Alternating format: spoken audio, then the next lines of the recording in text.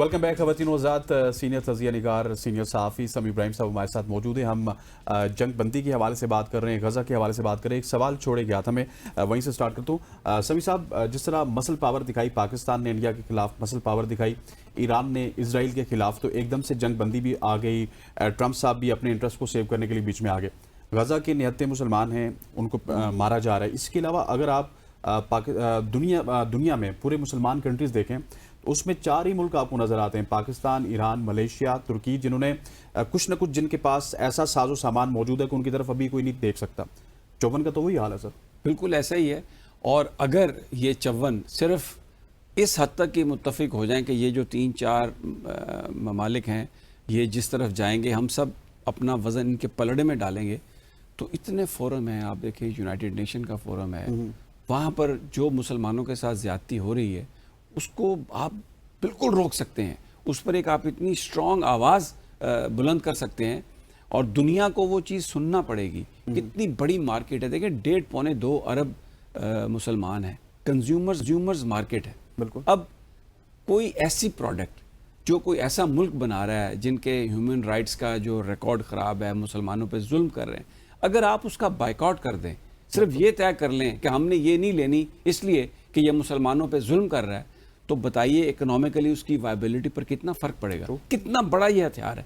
लेकिन उसके लिए विल चाहिए, उसके लिए जज्बा चाहिए, उसके लिए मुनाफिक हुक्मरान नहीं चाहिए, उसके लिए वो लोग चाहिए जो इस पे बिलीव करते हैं।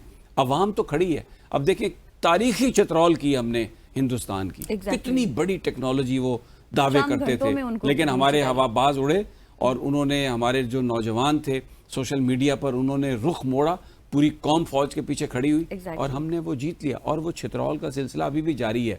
SCO जो चाइना में जो वज़राए ख़ारजा का इजलास हुआ है, उसमें जॉइंट स्टेटमेंट जो आई है, उसमें इंडिया बावजूद कोशिश के पहलगाम जो है उस पर वो पाकिस्तान को वो निशाना बनाना चाहता था, बट दुनिया ने रिफ्यूज़ किया। क्यों रिफ्यूज़ किया? इसलिए कि इंडिया की जो मुनाफकत थी वो एक्सपोज हो चुकी है कनाडा में, अमेरिका में। उनको पता है कि ये झूठे मुकदमे बनाते हैं। इतनी बड़ी सुबकी डिप्लोमेटिक आज तक नहीं हुई जो वहाँ पर जो बीजिंग में जो इनकी हुई है। ये सिलसिला जारी रह सकता है अगर हम अपना हाउस इन ऑर्डर कर लें। इफ़ वी, मैंने जैसे पहले कहा, अगर हम अपने ज़ाती जो ईगोज़ हैं उनसे बाहर निकल आएँ और कोशिश करें, तो मुझे लगता है कि ये मामला हल हो सकता है। और आपने बहुत वैलिड ये बात की है कि मुनाफकतों के सिर्फ स्टेटमेंट्स जो हैं या जो गुफ्तगू है उससे कुछ नहीं होगा। अमली तौर पर अगर आप नहीं करेंगे तो एक डेंजरस टाइम इज कमिंग।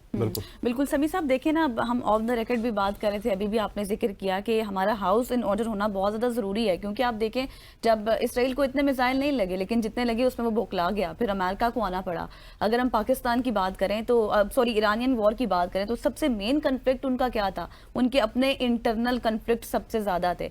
उनके साइंटिस्ट जहाँ से निकलते हैं, पता होता है सबको कि कहाँ से निकल रहे हैं, वहीं पे मिसाइल दागे गए। उनके आर्मी चीफ की मुलाकात होती है, उनके एयर चीफ की मुलाकात होती है, वहीं पे मिसाइल आता है। फिर उसके बाद आपको इस्माइल हानिया का पता है, तेहरान में जहाँ पर वो मौजूद थे, उसी मेन जगह पर टारगेट किया जाता है। इस वजह से कौमी सलामती भी उनकी, उसको भी खतरा हुआ। तो हमारे जो मुल्क के अंदर अपने कन्फ्लिक्ट हैं उसको भी हमें उनके भी फासले दूर करने होंगे। वो तो देखें, वो दूर किए बगैर तो हम मुकाबला कर ही नहीं सकते। एग्जैक्टली।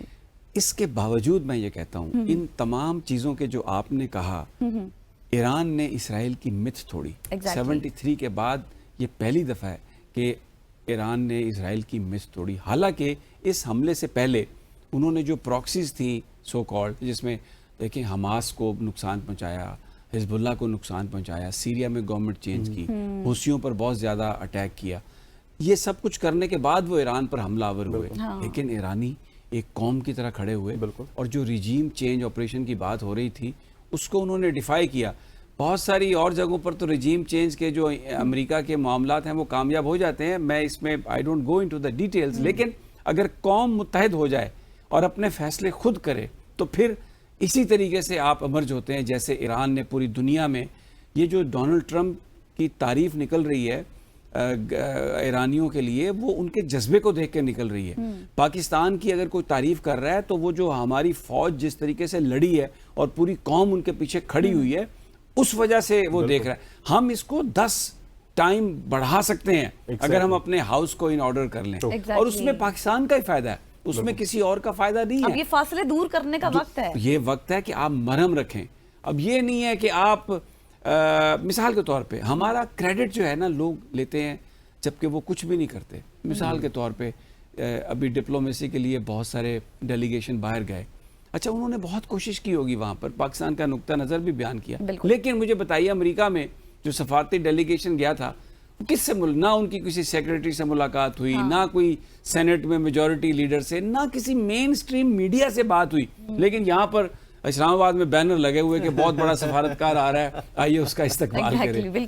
قوم کریڈٹ دینے کے لیے تیار ہے اگر آپ ڈیلیور کریں. بالکل ایسے ہے. سمیع صاحب سوری ٹو کٹ یو، تھوڑا سا مت چینج ہو رہی ہے، اور آپ نے جس مت کی بات کی ہے، اب اسرائیل کا امریکہ میں نا پریزیڈنٹ نام نہیں لیتے، جس طرح ابھی ہم بات کر رہے تھے، لیکن وہ جو میئر ابھی بنے وہ تو کہہ رہے ہیں کہ میں ان کو نیو یارک میں داخل نہیں ہونے دوں گا. تو وہاں پہ بھی سوشل میڈیا کی پاور تو سامنے آئی. آپ یہ دیکھیں کہ امریکہ وہ ملک تھا یہاں پر یہودی لابی ایسی تھی کہ امریکہ کا صدر بھی بات کرتے ہوئے جب اسرائیل کا نام آتا تھا نا تو لکنت آ جاتی تھی.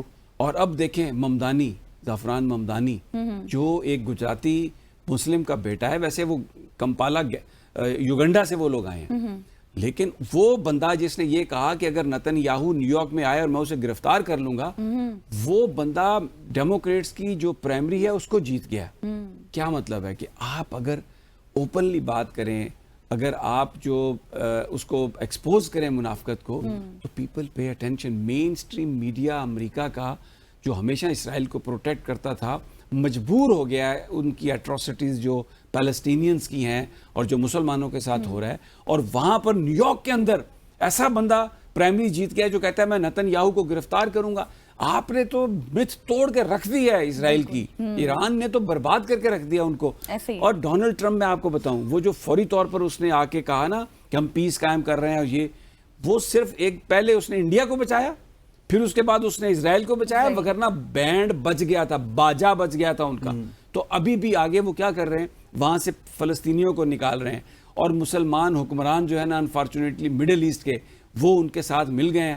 اللہ ہمارے حکمرانوں کو اتنی توفیق دے، اتنی اوقات دے، ان کو اتنی ہمت دے کہ وہ ایک تو اپنا ہاؤس ان آرڈر کر لیں، اور پھر جو قائد اعظم نے کہا تھا کہ جب تک فلسطین کو آپ ایکسیپٹ نہیں کریں گے اس وقت ہم اسرائیل کو قبول نہیں کریں گے. That should be the line, اور یہی لائن ہے پاکستان کی. اسی کو اگر ہم قائم رکھیں گے تو ہم انشاءاللہ آگے بڑھیں گے. And when we put our house in order, Pakistan ایک بہت دلیر بہادر قوم ہے، اتنی ریزیلینٹ قوم ہے، کوئی ہمارا مقابلہ الحمدللہ نہیں کر سکتا. آخری ایک منٹ ہے سمیع صاحب، مجھے یہ بتائے گا، اب یہ جو ہم سن رہے ہیں بیانات بھی آ رہے ہیں، سینکشن ساری ختم ہو جائیں گی، مذاکرات کی طرف ہی بات جائے گی، آپ کو لگتا ہے یا پھر یہ، کیونکہ کچھ لوگوں کا خیال ہے کہ یہ طویل ہو سکتی ہے؟ انتہائی منافق میڈیا ہے امریکہ کا اور جو ان کے حکمران ہیں. اب دیکھیں 3 فصل کو برباد کرنے کے بعد اب ایک انٹیلیجنس رپورٹ آ گئی ہے میڈیا میں کہ جی ایران کے نیوکلیئر سائٹس کو تو نقصان نہیں پہنچا. 4 دن ہوئے ہیں صرف، 5 دن حملے پہ، کوئی بندہ وہاں پہ نہیں گیا، کوئی اسیسمنٹ نہیں ہوئی، لیکن امریکن میڈیا کے پاس انٹیلیجنس رپورٹ آ گئی ہے تاکہ آگے کا ایک بہانہ بنا رہے کہ جی ہم نے ان پہ حملہ کرنا ہے، ہم نے ان کو مارنا ہے، ایک وہ ہانڈی پکانا شروع کر دی ہے. دس از میڈیا انفارچونیٹلی، کس دن کریں گے بات آپ کے ساتھ بیٹھ کے. میڈیا انفارچونیٹلی آج کل مین سٹریم سورس آف انفارمیشن نہیں ہے، پرسیپشن بنانے کے لیے جھوٹ کا کاروبار کر رہا ہے. وہ امریکن میڈیا بھی کر رہا ہے، معافی چاہتا ہوں پاکستانی میڈیا بھی کر رہا ہے. Please forgive me for that. Thank you so much, it's always pleasure. آپ ہمارے بزرگ ہیں، جو بھی کہیں آپ ہمیں قبول ہے سر. ویسے یہ آپ نے بڑا حملہ کیا مجھ پہ. خواتین و حضرات، ہمارے ساتھ موجود ہے سینئر تجزیہ نگار، سینئر صحافی سمیع ابراہیم صاحب. صبح کی سوچ میں وقت ہوا چاہتا ہے ایک نیوز بریک کا. سمیع صاحب ونس اگین آپ کا بہت بہت شکریہ. یہاں بھی وقت ہوا چاہتا ہے ایک نیوز بریک کا. Stay with us.